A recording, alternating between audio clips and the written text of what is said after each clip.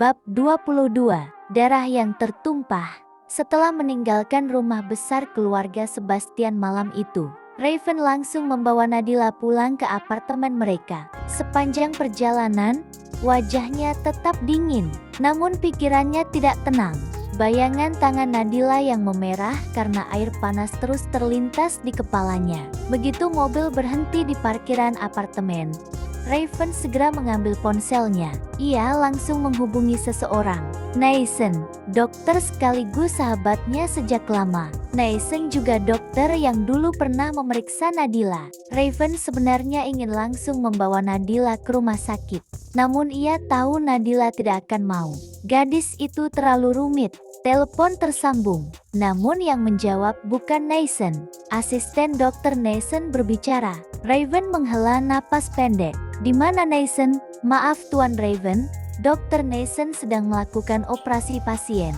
Operasinya masih berlangsung. Raven mengepalkan tangannya. Baik, kalau dia sudah selesai, suruh dia menghubungiku. Telepon ditutup. Mobil mereka masih melaju di jalan yang sepi. Namun Raven tiba-tiba menghentikan mobilnya di depan sebuah apotik. Nadila yang duduk di kursi penumpang menoleh bingung. Raven turun tanpa banyak bicara. Beberapa menit kemudian ia keluar dari apotek membawa beberapa obat. Ia bertanya cukup lama kepada apoteker tentang luka akibat air panas. Obat minum, salep khusus untuk luka bakar ringan, bahkan perban khusus. Setelah semuanya didapat, Raven kembali ke mobil. Tanpa banyak bicara mereka melanjutkan perjalanan pulang. Sesampainya di apartemen, Raven langsung membuka pintu. Nadila, duduk di sini. Namun Nadila menggeleng pelan. Aku ingin ganti baju dulu. Raven tidak menjawab. Beberapa menit kemudian, Nadila keluar dari kamar dengan pakaian rumah yang sederhana. Ia duduk di sofa. Raven mengambil kotak obat. Tangannya bergerak hati-hati saat mengoleskan salep ke telapak tangan Nadila. Namun ketika salep itu menyentuh luka, Nadila meringis kesakitan. Aduh, Raven langsung berhenti. Wajahnya mengeras. Ia menggerutu pelan. Keras kepala, sudah kubilang jangan datang sendiri. Nada suaranya terdengar kesal. Namun Nadila tahu, kemarahan itu bukan sepenuhnya untuk dirinya. Raven menatap tangan Nadila lagi. Kulitnya masih merah, hampir melepuh. Matanya berubah semakin gelap. Amarahnya kepada keluarganya sendiri kembali muncul. Ia menyelesaikan perawatan itu dengan hati-hati. Setelah itu, ia memberikan obat minum pada Nadila. Minum, Nadila menurut. Beberapa saat kemudian efek obat mulai bekerja. Kelopak matanya terasa berat. Akhirnya ia tertidur di kamar. Namun Raven tidak tidur. Ia duduk di ruang kerjanya. Lampu ruangan itu menyala redup. Tangannya memegang ponsel. Ia menelpon asistennya. Suara di seberang langsung menjawab. Ya Tuan, Raven berkata dengan suara datar. Proyek yang bekerja sama dengan beberapa keluarga Sebastian. Hentikan. Asistennya sempat terdiam beberapa detik. Namun ia tahu Raven tidak pernah bercanda dalam urusan bisnis. Baik Tuan, saya akan melaksanakannya. Telepon ditutup. Raven bersandar di kursinya. Matanya menatap kosong ke depan. Namun dalam hatinya, ia sudah mengambil keputusan. Tidak ada yang boleh menyentuh istrinya. Tidak ada. Keesokan malam, Raven pulang lebih awal dari biasanya. Namun saat ia masuk ke apartemen, ia langsung merasa ada yang aneh. Rumah itu terlalu sunyi. Nadila, tidak ada jawaban. Raven berjalan ke kamar. Kosong. Ia langsung mengambil ponselnya dan menghubungi sopir pribadinya. Telepon tersambung. Di mana Nadila? Suara sopir itu terdengar ragu. Saya masih menunggu Nyonya. Pak, Raven mengernyit. Menunggu di mana? Di sebuah salon kecantikan. Sepertinya sudah tidak beroperasi. Namun Nyonya meminta saya mengantarnya ke sini dan menunggu di luar. Perasaan Raven langsung tidak enak. Lokasinya? Sopir itu langsung mengirimkan alamatnya. Raven tidak berkata apa-apa lagi. Ia langsung mengambil kunci mobilnya. Beberapa menit kemudian, mobilnya melaju dengan kecepatan tinggi menembus jalanan malam. Di sisi lain, Nadila sudah berada di dalam bangunan salon itu. Tempat itu tampak sepi, lampunya redup, peralatan salon masih ada. namun terlihat seperti sudah lama tidak digunakan. Nadila melangkah perlahan. Halo, permisi, aku sudah di sini. Tidak ada jawaban. Namun tiba-tiba, semua lampu menyala sekaligus. Nadila terkejut. Langkah kaki terdengar dari lorong. Lalu dua orang muncul. Seorang wanita dan seorang pria. Nadila tidak mengenal mereka. Wanita itu menatapnya dari atas ke bawah dengan senyum meremehkan. Oh, jadi ini perempuan yang membuat kakakku masuk penjara. Nadila mengernyit bingung. Maaf, apa maksudmu? Wanita itu tersenyum dingin. Aku Joey, adik dari Leonie. Mata Nadila langsung melebar. Ia akhirnya mengerti. Joey mendekatinya perlahan. Kau tahu, kakakku sangat menderita di penjara. Aku datang menjenguknya 2 hari lalu, dan dia memintaku membalas dendam. Joey tertawa kecil. Jadi aku di sini untuk membuatmu menderita. Nadila mundur 1 langkah. Aku tidak bersalah pada kakakmu.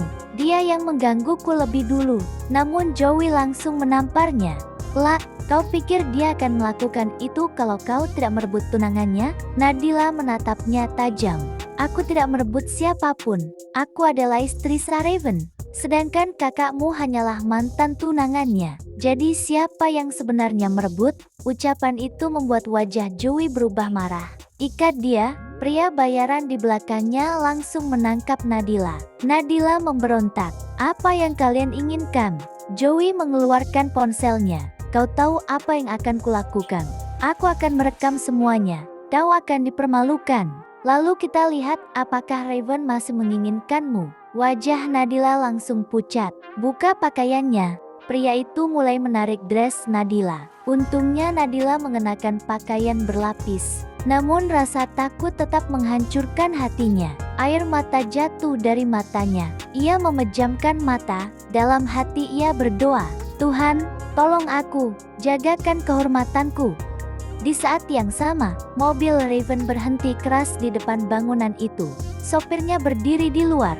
Di mana Nadila? Nyonya masuk ke gedung itu. Pak, saya dilarang ikut. Tatapan Raven berubah tajam. Dan kau menurut saja, saya tidak berani membantah. Raven mendekat. Nadila bukan yang menggajimu, tapi aku, mulai sekarang laporkan apapun padaku. Paham? Baik Pak. Raven langsung berjalan masuk.